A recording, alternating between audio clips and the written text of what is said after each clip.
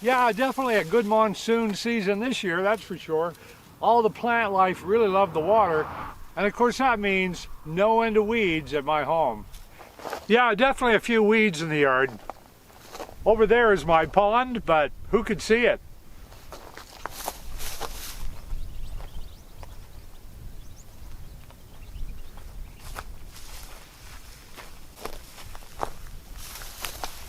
I would say it's time for a weed eater. What kind of weed eater do you folks use? Leave it in the comments below. I'd be kind of curious to know.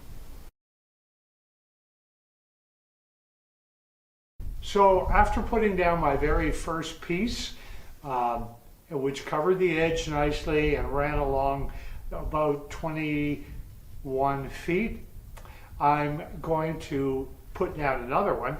And I do it inside now where it's nice and cool in the shade.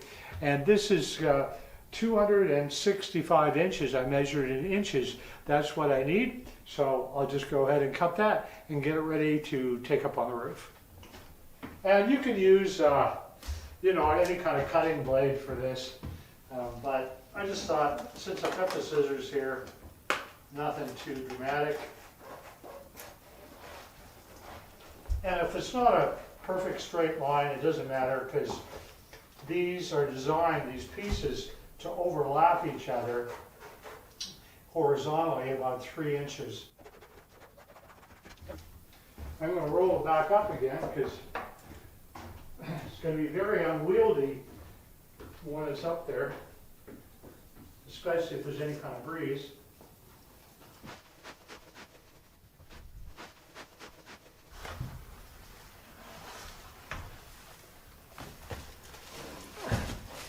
There.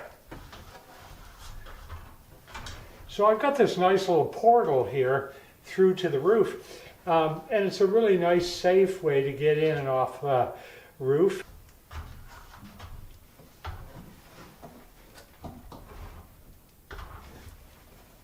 So I'll just boost this out through the roof carefully.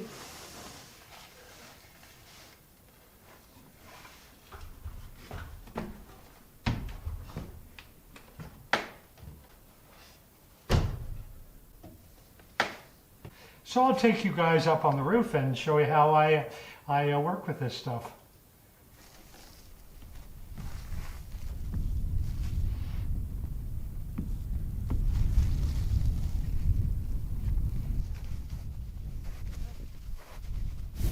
Now the nice thing, it's a really hot day, probably 90, and so this sticky stuff on a hot day sticks pretty nice, so that's really cool. That's working as an advantage for me here.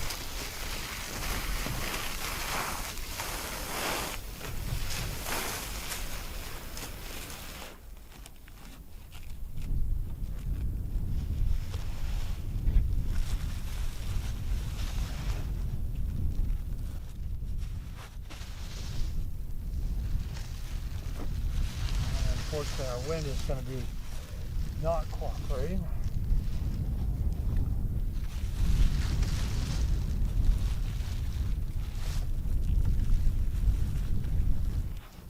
Now there's a bottom layer of membrane, plastic membrane, that needs to be peeled away. And so I'll be doing that carefully from a ladder all along here, and then we'll take care of that.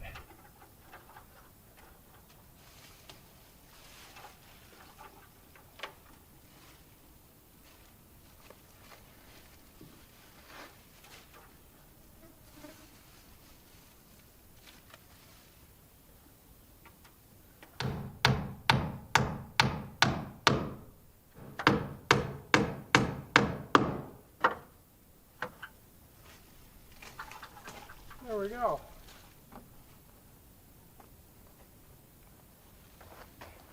Always a little tricky navigating around what I call the Suez Canal, but got to be done.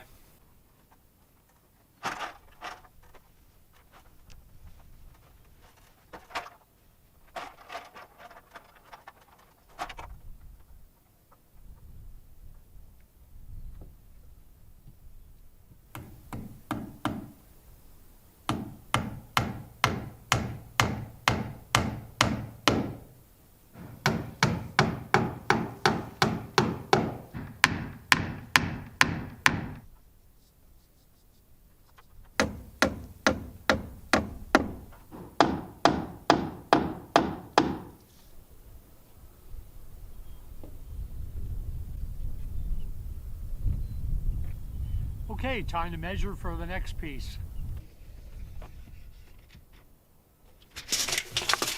22 feet for that one.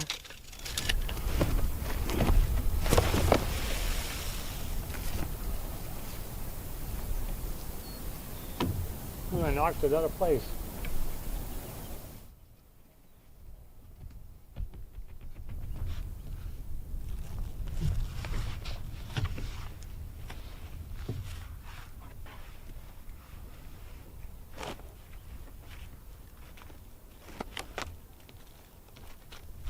So again, I'm not going to walk on this until it's safely stuck down.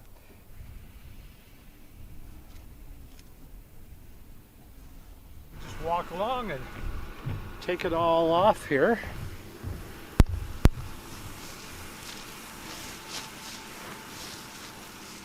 we go.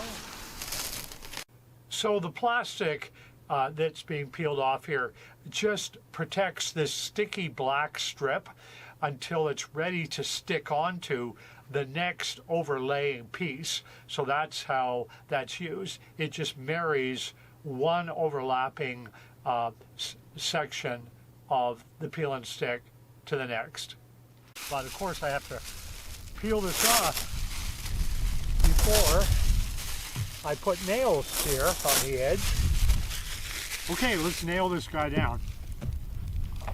So I'm using these 1-inch capped nails, they're called, and I'm putting them about every 24 inches. I could probably put them a little closer, but I like putting them every 24 inches because then they just pound through to a truss underneath because they're 24 inches on center, and it provides a really good home for the nail. So let's get going and do that.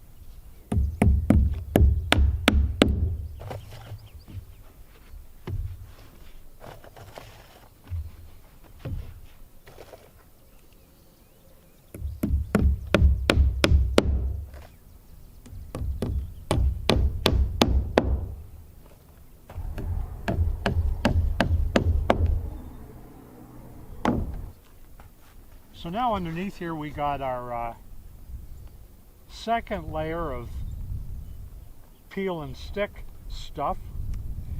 So we have to get that going.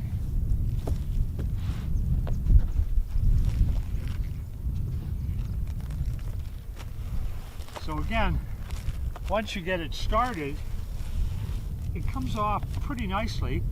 And again, today is a wonderful day for this because it's probably in the 80s, meaning everything is sticky, but it's not severely hot. Not for me, anyway.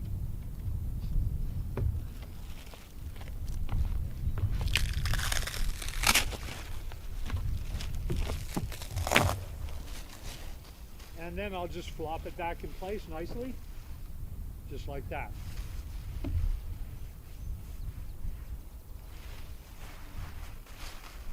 I'll throw the garbage down the chute here.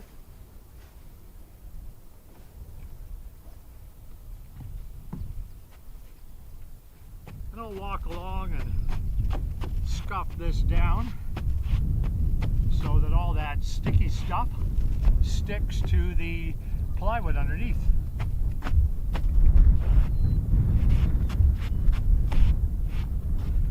This one was a nice, neat job. Happy about that.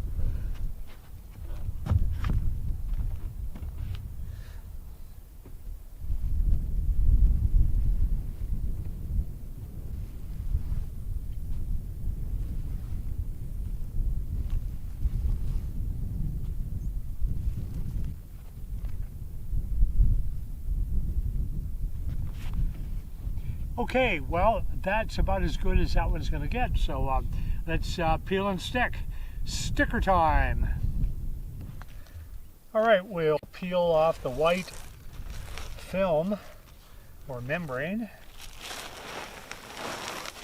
And hopefully I can just walk down here and peel it all off. We'll see if it behaves okay. I'll tack it down here to...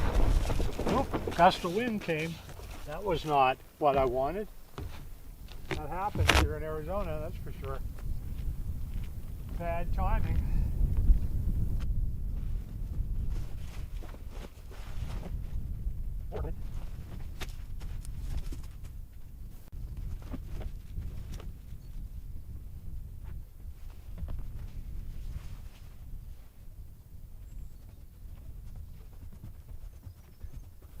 If I was king for just one day, I would throw it all away. I'd throw it all away to be with you. Okay, now make sure I take this film off, because otherwise it's miserable to take it off once everything is nailed.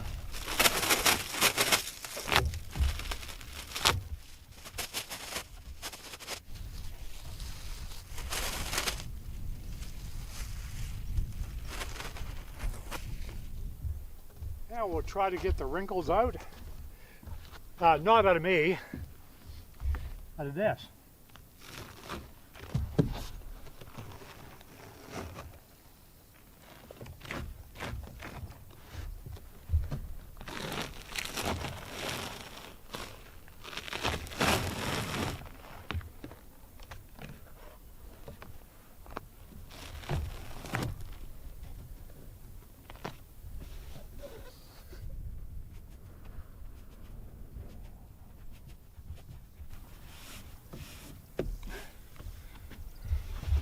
Now, for those of you who have used this stuff before, you can probably notice that this black area is supposed to be covered.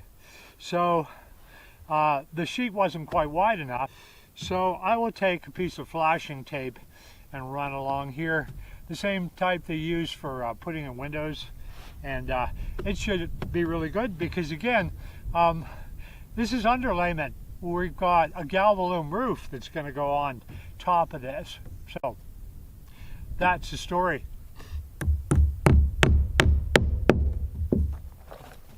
Okay, happy days.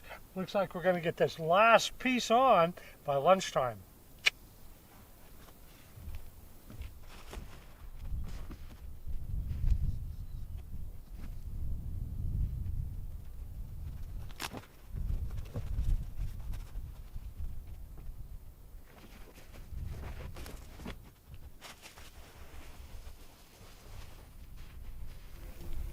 Can't forget the plastic film on top.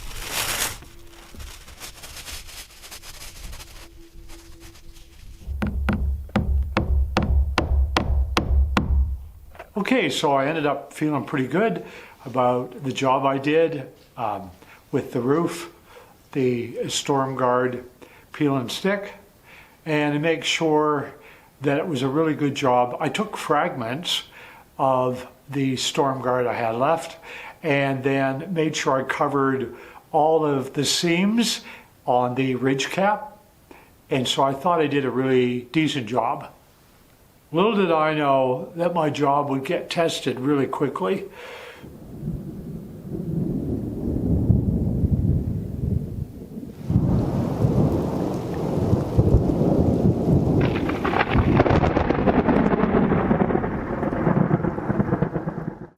So one of the things I thought I would do, which would be fun, would be to go over in the home and just listen to the sound of all that rain coming down on my new roof. And it should have been a source of joy, but it wasn't. As a matter of fact, I started to hear drip, drip, drip. So I thought, well, maybe it's the ridge cap area that I didn't do a good job of sealing off well. But as near as I could tell, there was about 4 different places that I was getting leaks from. And yes, some of them could have been the ridge cap area, but not all. Not 1, but 4 serious leaks in the roof. And to say that after the work of putting that up, I was disappointed would be an understatement. I didn't even want to walk in the building and look around. I was just so saddened, honestly, by it all.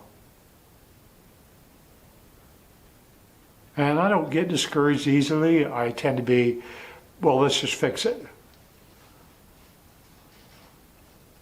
So in this case, I won't put up with a roof that leaks. I'm not going to spend weeks chasing down the causes of leaks. I'm going to do something different.